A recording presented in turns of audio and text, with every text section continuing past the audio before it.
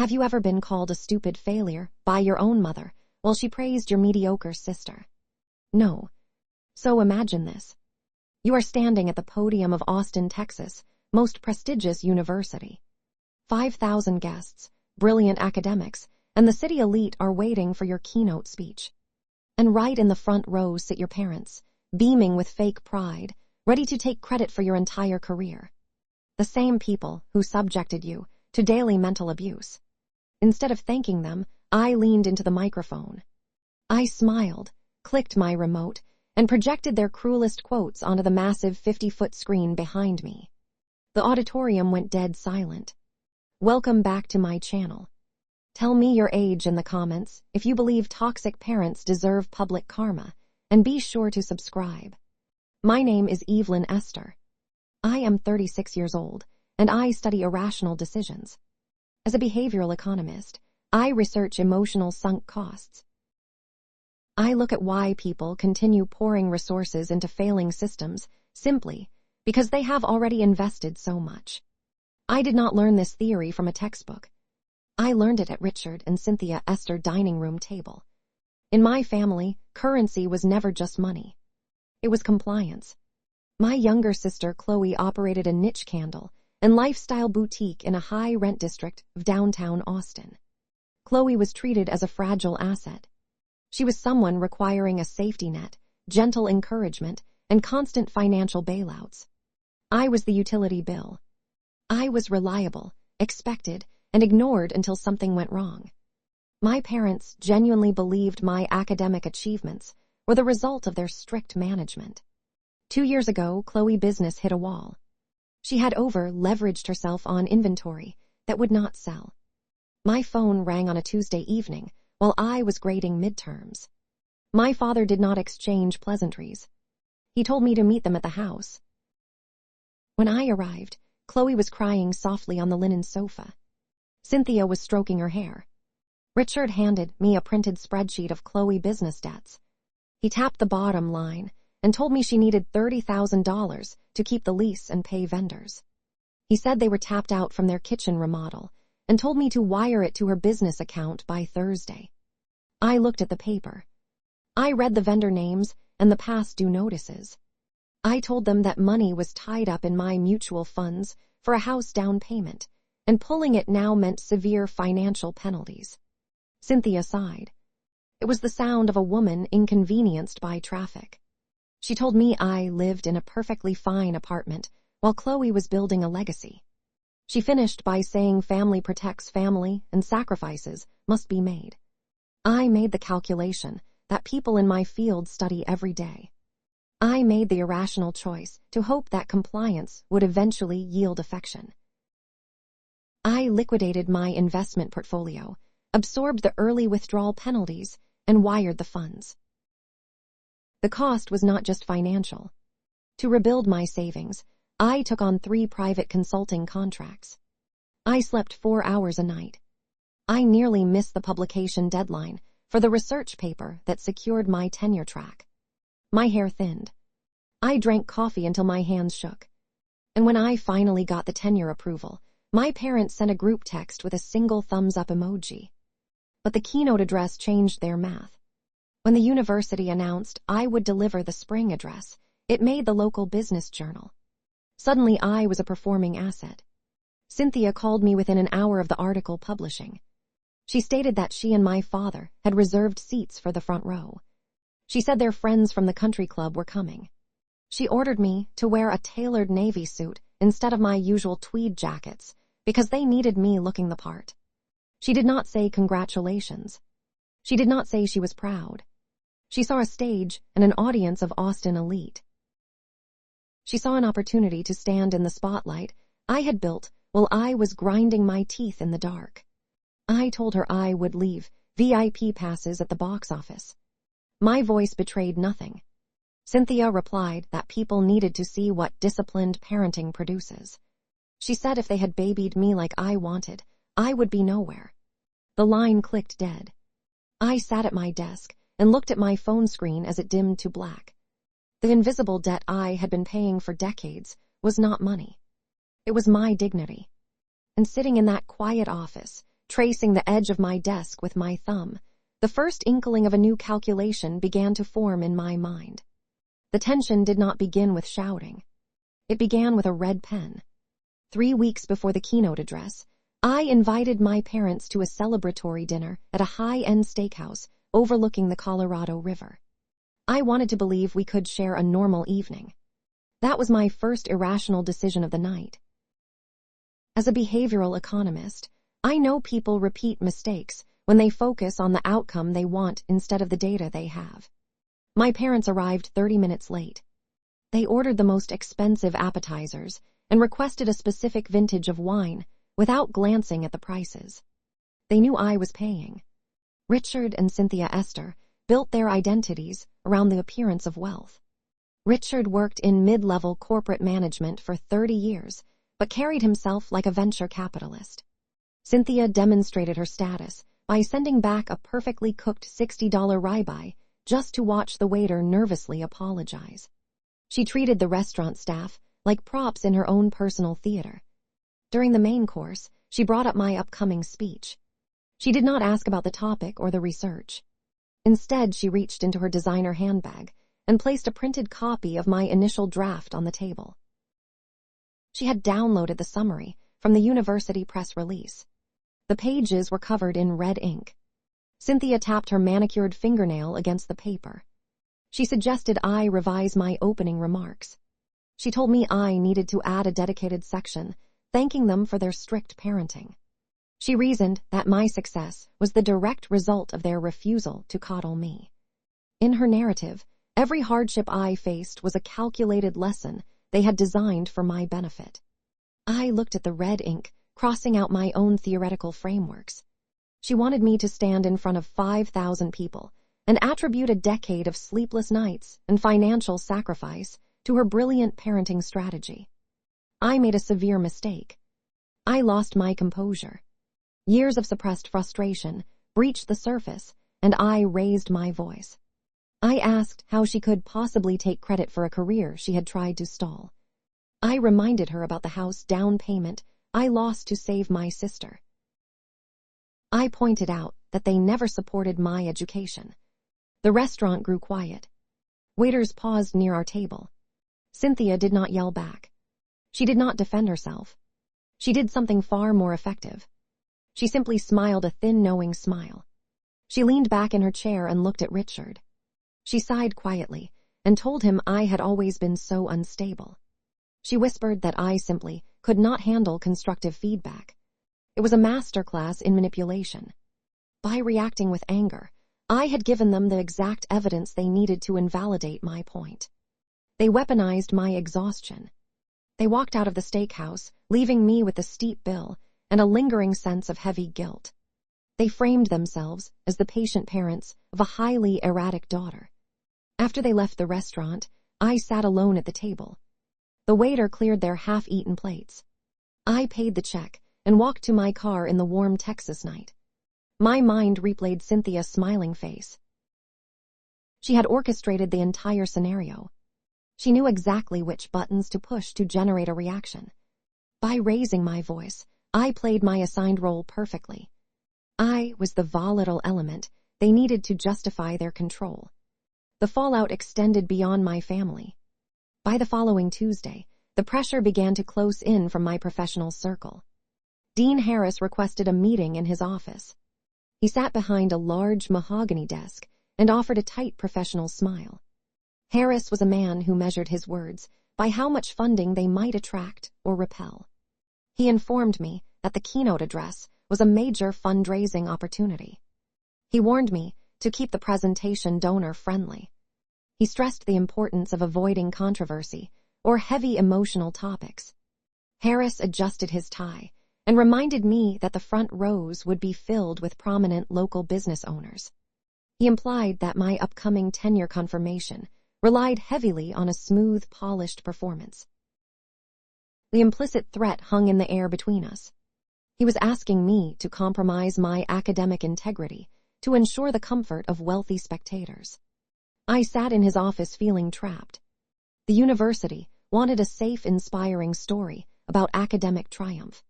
My parents wanted a public tribute to their imaginary sacrifices. Nobody wanted the truth.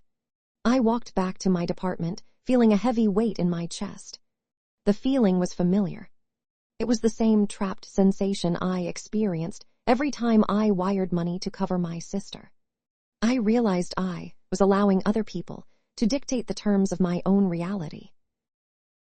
That night I locked the door to my office. I turned off the overhead lights and sat by the glow of my computer monitor. When cornered, I retreat to what I know best. I retreat to data. I opened my cloud storage, pulled up a decade of archived emails, and exported my bank statements. I did not find theatrical arguments. I found a chilling methodical ledger of extraction. I quickly logged every transaction into a single spreadsheet. The process was not an emotional journey. It felt like untangling a complex corporate fraud case. Hundreds of files documented my compliance and their entitlement. But as I stared at the blinking cursor on the final row of data, the emotional fog suddenly evaporated. The realization hit me not with a dramatic gasp, but with cold clinical clarity. I realized my guilt was a manufactured product. The spreadsheet showed no evidence of a caring family making tough choices. It revealed an ongoing systemic operation designed to drain resources from the most competent member to support the most favored member. Every time I achieved a milestone, a calculated demand for money or compliance instantly followed. They were not my parents. They were my creditors. And the math was indisputable. I created a new presentation file. I deleted the safe theoretical case studies I had planned to share with the donors. I replaced them with raw data. I scrubbed the names to comply with privacy standards, but the timeline remained intact. I mapped out a visual representation of emotional debt. I created charts showing the inverse relationship between my financial contributions and my parents' expressed approval. I realized I did not need to argue with Cynthia or Richard ever again. Arguing required them to acknowledge my perspective, which the data proved they would never do. I would integrate my own family documentation into my keynote address. I would use their own words as the primary case study for irrational resource allocation. I would show the audience exactly what happens when you fund the people trying to destroy you. The data would speak for itself. I saved the file, and for the first time in years, my hands were steady. The backstage area smelled of heated dust and polished wood. I stood in the narrow shadow, behind the heavy theater curtains. The fabric felt coarse against my palm. I traced the thick woven seams with my thumb to keep my hands steady. Beyond the heavy drape, the auditorium hummed with the sound of 5,000 people taking their seats. The noise was a low, steady ocean of rustling programs, clearing throats, and muted conversations. My heart beat against my ribs in a rapid, uneven rhythm. I focused on the sound of my own breathing. I pulled cool air into my lungs and pushed it out slowly. I listened to the steady rush of air. A stage hand dressed in dark clothing caught my eye. He held a clipboard in one hand and offered a single silent nod. I stepped out from the shadows. The stage was vast. The hardwood floor reflected the intense overhead lighting. My shoes clicked a steady, deliberate tempo across the empty space. Each step echoed through the cavernous room. I reached the tall wooden podium and gripped the edges. The wood was cool and solid beneath my damp hands. The bright stage lights blinded me for a fraction of a second before my vision adjusted to the glare.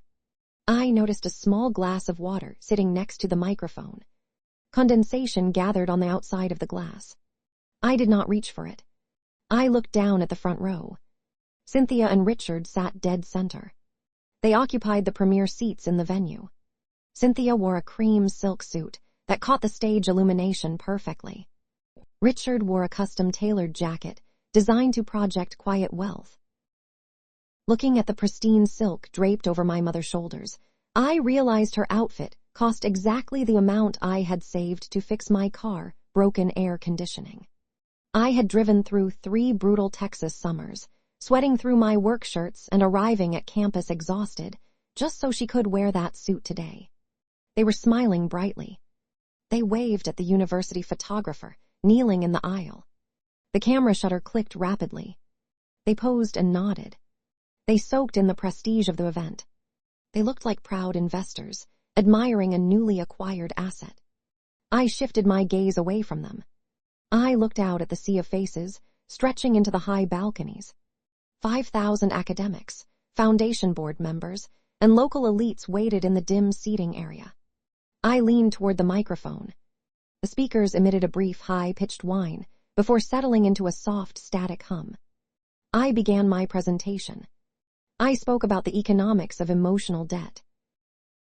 I introduced the concept of irrational resource allocation. I explained the sunk cost fallacy as it applies to human relationships. I detailed how individuals continue to fund failing systems simply because they have already invested heavy unrecoverable resources. I kept my voice steady and measured. I paced my delivery to match the cadence of a standard academic lecture. I used dry clinical terminology. I pressed the button on my presentation remote. A loud mechanical click echoed through the microphone. The massive 50-foot screen behind me illuminated. The sudden burst of light cast a pale blue glow over the front rows. I did not point fingers. I did not name my parents. I simply presented the data. The first slide appeared. It displayed a basic financial ledger. The columns showed dates, financial transfer amounts, and the stated reasons for each request. The audience rustled. Notebooks flipped open. Pens scratched against paper. The academics leaned forward to study the chart. They assumed it was a standard theoretical model. They treated it as an abstract concept. I clicked the remote a second time. The next slide displayed heavily verified and anonymized text messages. The letters loomed 50 feet high above the stage. The text was formatted in plain black font on a stark white background. There were no theatrical graphics. The presentation was deliberately sterile. The text read, "We are so worried about your sister Evelyn. She is crying herself to sleep over this $10,000 shortfall. Please send it today. We know you do not have a real business to run, so you cannot understand the heavy pressure she is under." The words hung in the air. The stark formatting highlighted the harsh nature of the demand. The dialogue was terrifyingly ordinary. It showcased the precise tactical language used to extract resources from a compliant target. The crowd murmured. The sound was a low wave of academic curiosity. They analyzed the text as a fascinating case study in manipulation. They took notes on the wording. They viewed the cruelty as clinical data.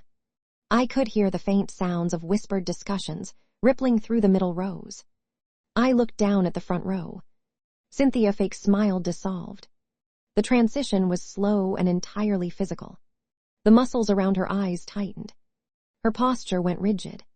She stopped posing for the photographer. The cream silk suit suddenly looked constricting. She sat perfectly still. Her chest rose and fell with rapid, shallow breaths.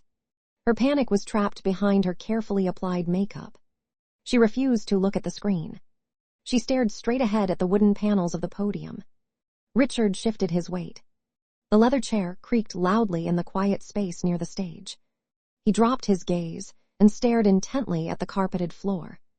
He crossed his arms tightly across his chest. His hands gripped his own biceps. He looked like a man trying to make himself smaller. The pale light from the projection screen illuminated the sudden tension in their faces. I clicked the remote a third time. Another set of messages appeared on the giant screen. The text read, "It breaks our hearts that you are being so selfish about this lone Evelyn. After everything we sacrificed to raise you despite your difficult temperament, we expected you to show a little gratitude." I continued my lecture.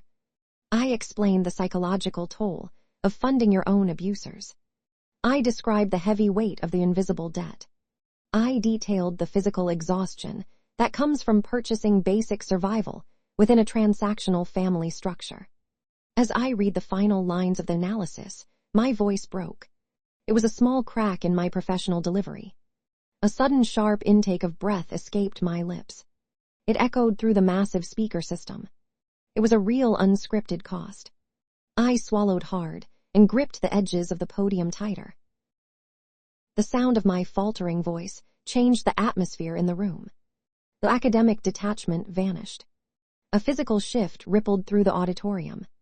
The scratching of pens stopped. The rustling of notebooks ceased. The murmurs died away entirely. 5,000 people simultaneously realized they were not looking at a theoretical case study. They realized the raw data on the screen was my own life. The auditorium went suffocatingly silent. It was not a peaceful silence. It was a heavy, oppressive quiet. You could hear the faint hum of the projector fan spinning high above the stage. You could hear the steady intake and release of thousands of people breathing cautiously in the dark. The sheer weight of the realization pressed down on the room. The air felt thick and immovable. I looked at the massive crowd. I looked at the undeniable evidence glowing on the screen behind me. I looked at my parents sitting in their expensive clothes. They could not hide behind the dark auditorium seating because they had demanded the spotlight of the front row. They had insisted on being seen. Now everyone was looking at them. The university photographer lowered his camera. The clicking shutter ceased. He stood frozen in the aisle. He stared at the screen and then looked at Cynthia and Richard. The connection clicked into place. The people around them, in the VIP section, shifted their bodies away slightly. A subtle leaning away from the epicenter of the exposure. The silence stretched on. It felt like holding a breath underwater. The uncomfortable tension wrapped around the first row like a tight wire. Cynthia gripped her purse so tightly, her knuckles turned white. The expensive leather groaned under the pressure. Richard swallowed hard. The sound of his dry throat clicking was almost audible over the soft ambient static of the sound system. They did not look at each other. They remained frozen in their seats. I did not offer a neat resolution to the slide. I let the words sit there. I let the raw, undeniable facts take up all the space in the massive hall. I allowed the silence to do the heavy lifting. I did not need to raise my voice to hold them accountable. The projection screen dwarfed them. It made their manipulation visible to the entire city elite. It stripped away their curated image without a single direct accusation. I took another deep breath. The microphone picked up the steady sound of air filling my lungs. I stood at the podium and felt the heavy invisible debt finally lift from my shoulders. The transaction was complete. The ledger was public. The room remained paralyzed by the clarity of the evidence. The audience sat frozen. My parents sat trapped. The data spoke with flawless authority. The only sound left in the massive hall was the low, steady hum of the ventilation system, pushing cold air over a crowd that had forgotten how to speak. There was no standing ovation. Real life rarely mirrors the polished conclusions of cinema. The projection screen cast a pale glow over the 5,000 attendees, holding the auditorium in a state of suspended discomfort. When the session moderator approached the podium to open the floor for questions, his steps hesitated. He scanned the aisles, but no hands went up. The microphone stand in the center aisle remained untouched. The academic curiosity that had filled the room 20 minutes prior was replaced by a heavy physical tension. Cynthia and Richard did not scream. People who base their entire identity on public perception do not cause a scene in front of the elite social circles they covet. They stood up in unison. Richard adjusted the lapels of his custom jacket. Cynthia kept her eyes fixed straight ahead on the glowing red exit sign. They turned and walked up the side aisle. The sharp clicking of her designer heels echoed against the concrete steps. Every person in the designated VIP section watched their departure. The wealthy donors from their country club averted their gazes, pretending to study their printed programs. My parents pushed through the heavy brass doors and exited the building, leaving their curated image fractured on the stage. I gathered my presentation notes, placed them in my leather portfolio, and walked out the rear stage exit. The drive back to my apartment was muted. The streetlights flickered across my windshield. The adrenaline that had sustained me through the lecture slowly drained away, leaving a hollow fatigue in my chest. I knew the invoice for my presentation would arrive soon. The cost presented itself early the next morning. My office phone rang at 8:15. Dean Harris requested my presence immediately. I walked across the campus quad, feeling the damp Texas humidity settling into my coat. Harris waited behind his large mahogany desk. His office smelled of lemon polish and old paper. He poured water into a glass and did not offer me a chair. He leaned against his credenza and spoke in measured corporate tones. He informed me that the university thrived on stable partnerships and predictable narratives. He categorized my presentation as a personal vendetta. The affluent donors, he noted, felt uneasy.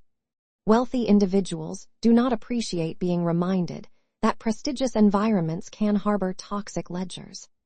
Harris paused and aligned a stack of documents on his desk. He told me my upcoming tenure review would be highly scrutinized by the board. He then added that the department was indefinitely reallocating my research assistants to other faculty members. He penalized me for making the institution uncomfortable. I accepted the reprimand without offering an apology. I recognized his decision as the institutional tax on my newly acquired freedom. I nodded, picked up my bag, and walked back to my department. The loss of my assistants and the threat to my tenure stung. It meant working twice as hard just to survive in academia. I felt the professional friction grating against my career trajectory. Yet I refused to panic. I understood the concept of opportunity cost. I traded institutional favor for personal autonomy. By noon, the digital backlash from my relatives commenced. My phone illuminated with a text message from Chloe. She did not ask about the keynote or the data I presented. She sent a lengthy paragraph labeling me a sociopath. She accused me of trying to ruin our parents' lives out of jealousy. She stated I was broken and ungrateful. Then she blocked my number. The extended family fell into line with calculated precision. My uncle left a voicemail expressing deep disappointment in my choices. He suggested I seek professional help. My aunt sent a brief message stating I had shamed the family name. My cousins removed me from their social networks without a word. The clan operated like a troubled corporation, protecting its board members. They closed ranks instantly. They chose the comfortable fiction over the disruptive reality. They excised me from the family tree in a matter of hours. I lost my parents, my sister, and my extended relatives by simply holding a mirror up to their actions. 3 days later, I sat in my living room. The morning sun filtered through the blinds, casting long geometric shadows across the hardwood floorboards. My ceramic coffee cup rested on the table. The apartment was profoundly quiet. No phone rang with sudden financial emergencies. No messages arrived demanding my compliance or asking for wired funds by Thursday. The heavy, suffocating pressure of impending crisis had vanished. I sipped my coffee and evaluated the balance sheet of my choices. I had not secured a flawless victory. The professional setback delayed my research goals. The sudden absence of my family left a strange echo in my daily routine. But as I watched the steam rise from my cup, I realized the ongoing extraction had stopped. The emotional bleeding was cauterized. For decades, I had treated their demands as a sunk cost, believing that if I just paid one more bill or endured one more insult, the investment would mature into genuine affection. The data proved that theory false. I no longer had to purchase my right to exist in my own family. I no longer had to work 3 consulting jobs to fund a boutique that sold candles, while I lost my own housing deposit. I washed my coffee cup and placed it in the drying rack. I looked out the window at the Austin skyline. My parents could keep their fragile narrative. They could tell their friends I was troubled, erratic, and vindictive. They could continue funding Chloe until their own accounts ran dry. Their ledger was no longer my responsibility. I kept my peace. I walked to my home office and opened a new research file. My mind felt clear and unburdened. The transaction was final. The debt was canceled. What is built on the silence of others only stands until the day they decide to stop being silent.